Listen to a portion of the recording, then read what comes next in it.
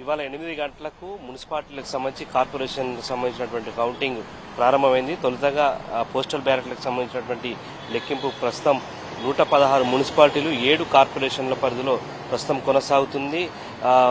భువనగిరిలో జరుగుతున్నటువంటి ఏదైతే కౌంటింగ్ కేంద్రంలో మనం ఉన్నాం, ఏదైతే ఇక్కడ యాదగిరిగుట్ట మున్సిపాలిటీకి సంబంధించి 1వ వార్డు నుంచి బీజేపీ అభ్యర్థిని బోడ రాధ విజయం సాధించారు. సో రాష్ట్ర వ్యాప్తంగా మొదటి విజయంగా చెప్పుకోవచ్చు. సో ఇప్పుడైతే ప్రస్తుతం కౌంటింగ్ కొనసాగుతూనే ఉంది.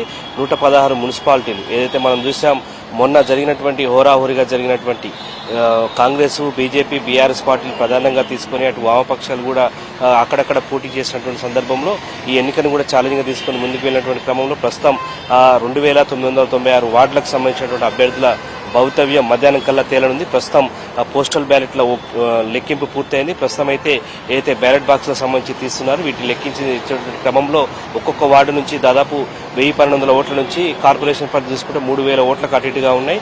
సో మధ్యాహ్నం 2-3 గంటలకల్లా పూర్తి స్థాయిలో కౌంటింగ్ పూర్తి చేసేటువంటి అవకాశం ఉంది.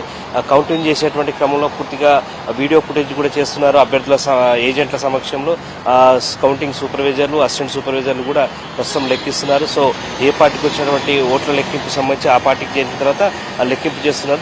ఓరిగా వస్తే మళ్ళీ రీకౌంటింగ్ చేసేటువంటి అవకాశం కూడా అధికారులు కల్పించడం జరిగింది. మనం చూస్తున్నాం 116 మున్సిపాలిటీతో పాటు 7 కార్పొరేషన్లు ప్రధానంగా మహబూబ్ నగర్, నల్గొండ, కొత్తగూడెం, నిజామాబాద్, కరీంనగర్, మంచిర్యాల, రామగుండం ఈ కార్పొరేషన్ల పరిధికి సంబంధించి పూర్తి స్థాయిలో అయితే ఎన్నికలు కూడా ప్రశాంతంగా కొనసాగాయి. అక్కడక్కడ చెదురుముదురు ఘటనలు జరిగాయి. సో ఇవాళ కూడా ఎక్కడ కూడా అవాంఛనీయ సంఘటన జరగకుండా ఉండేందుకు మున్సిపాలిటీకి సంబంధించినటువంటి ఎన్నికలు జరిగిన చోట కూడా పూర్తి స్థాయిలో పోలీసు బందోబస్తు కూడా ఏర్పాటు చేయడం జరిగింది. మనం చూస్తున్నాం, మొన్ననే ఏదైతే కౌంటింగ్ ముగిసినటువంటి సందర్భంలో వివిధ సర్వే సంస్థలు కావచ్చు, పార్టీలకు సంబంధించిన నిఘా సంస్థలు కావచ్చు, ఇంటెలిజెన్స్ రిపోర్ట్ వచ్చినటువంటి సందర్భంలో కాంగ్రెస్ పార్టీకి మెజార్టీ స్థానాలు రాబోతున్నాయి. ఆ తర్వాత బీఆర్ఎస్కు, తర్వాత బీజేపీకి ఉన్నాయి. సో కాంగ్రెస్ గెలిచేటువంటి చోట్ల కావచ్చు, బీఆర్ఎస్ గెలిచే చోట్ల, బీజేపీ గెలిచే చోట్ల కూడా ఇప్పటికీ క్యాంప్ రాజకీయాలు చేస్తున్నారు.